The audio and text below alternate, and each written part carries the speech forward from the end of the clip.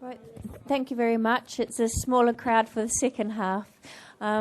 Just a reminder that before you leave, if you could please leave your name badges here for the night, if anyone forgets, just so I keep getting reminded to let you know. And also, in the second half, if you want to, could you please introduce yourself before you speak? It just helps us know who people are. It's up to you. You don't have to if you don't want to. Thank you very much. Okay, we'll start back on question number 9.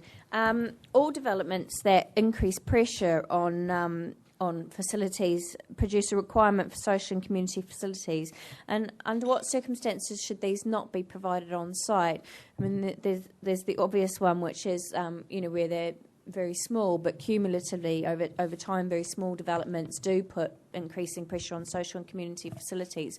So in that regard, is there any particular size of development that you think should trigger a requirement for on-site facilities as opposed to contributing to a pooled fund, or any other comments people want to make about dealing with the pressure on social and community facilities? Yeah, hi.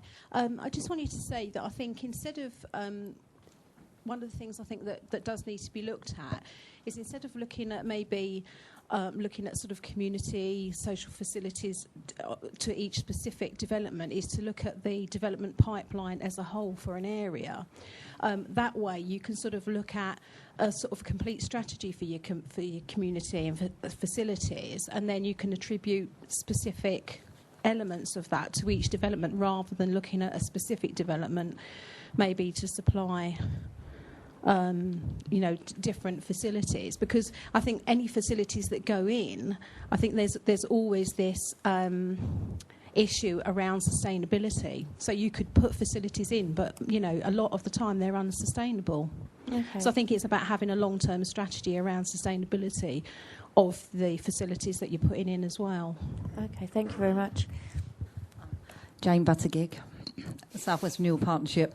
What was being said, I think 458 people signed to say that they'd like a social community fund. So when the big sort of, even if they're small developers, put in, they should be putting into, it would be nice if they put into a social community fund, which would fund and sustain stuff that you've just said.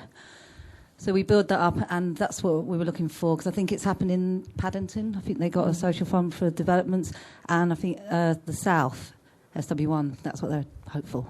Okay, thank you. Elizabeth Virgo from Paddington Waterways, but actually talking as a Safer Neighbourhood Chair. I think we're increasingly concerned about what older children do, so I'm not quite sure what your definition of age is here. But, once you're 8 or once you're 10, the opportunities seem to be sort of rather more limited as to what you can do, and we're anxious to keep, obviously, children off the street and gainfully occupied, particularly during vacation. So I think it's something we would really like Westminster to think hard about how to tackle in terms of the legislation, or in terms of the approach to this anyway. And do you certainly think there's a gap in provision at the moment for facilities suitable for that? There's a lot of nods down the front. I'm saying that so it's recorded. Yes, but I'm very glad if everybody put their hands up. I could say there are at least 50 people in the room who agree with me. Thank you. And are there any particular suggestions for those facilities? What in terms of what might be provided? Well, I don't have children, and I'm not sort of really the best person to talk about it, but I don't know, a sort of climbing wall, things like that. I'm sure there could be much more imaginative application to solving the problems, because certainly in the Northwest, I'm concerned that we think very hard about it. Thank you. Yes. Hi, I'm Sue Rawlins. I'm actually from the Play Service, so I agree totally with what you're saying. I'm at the moment managing money from the DCSF to actually provide 20 new play spaces in Westminster, so I'm happy to discuss sort of areas that need that. But going on to question 9, I think we need to actually also think about the fact that we've now got not only a Westminster and a London play strategy, we've got a national play strategy. And one of the goals of the play strategy is that every child has free accessible play space within walking or bike ride away. And that's something we haven't got in Westminster, hence the fact that we've got young people who are perceived as causing trouble because they've got nothing to do.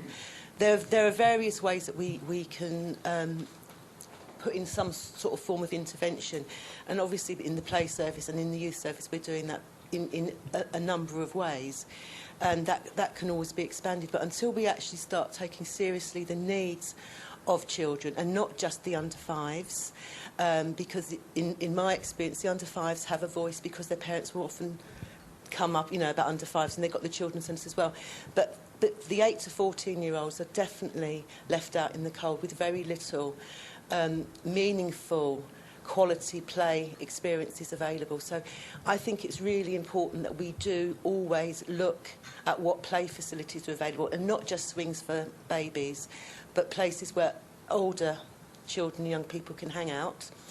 And we also need to be much more aware that when we've got these developments, that the developer has been told he's got to put a playground in, and he'll look at the most unattractive site, usually behind the bins, which is never going to be used because, one, children don't feel safe there, and their parents don't let the children go there. So it's not just about having play space provided, it's about the developers having to take some sort of guidance from council officers about what quality play space is and where it should be sited. Okay, thank you. Yes. The facilities don't necessarily need to be provided on site. They need to be provided nearby, because residents don't necessarily want their 8 to 12-year-old to be playing immediately downstairs. They want to know that they're within walking safe distance, but their neighbours don't necessarily want to hear them. So a lot of thought needs to be given into the siting of what's provided, and I like the idea of some sort of pooling of funding so that a play space can serve a number of sites, and it can be well located, maybe some slight distance away. But secondly, it's no good providing the site for, climbing wall is absolutely brilliant. Someone has provided a brilliant climbing wall on an estate, on one of the estates in my ward, but it has to be managed.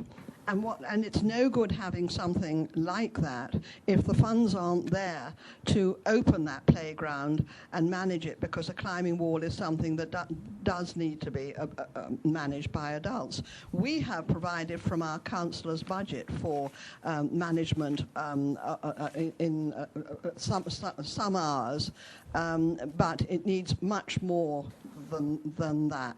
And I think, again, asking for a contribution towards managing these social and community facilities is important. And I think we have quite a lot of facilities that are underused or remained locked, and the children climb in and are then using these facilities unsupervised, and it is actually dangerous. And we have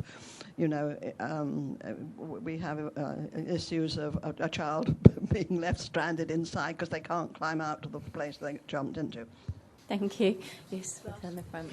Hi, it's just to build upon what's been said, really. So, as Sue said earlier, that we have our kind of youth provision, and that currently, whilst I know they're looking at a kind of 20 years needs strategy across different groups, and we said at the beginning that childcare doesn't currently come separately here, and quite often we kind of band a contribution towards education for a lot of those things. So for the 4 right through to kind of 16-year-olds, we might just give a contribution to the schools instead of thinking actually what are the needs locally, and bringing in the officers from the local authority and their contacts into the community about what does that actually mean, and kind of looking at an area view of what the needs are, so across youth provision.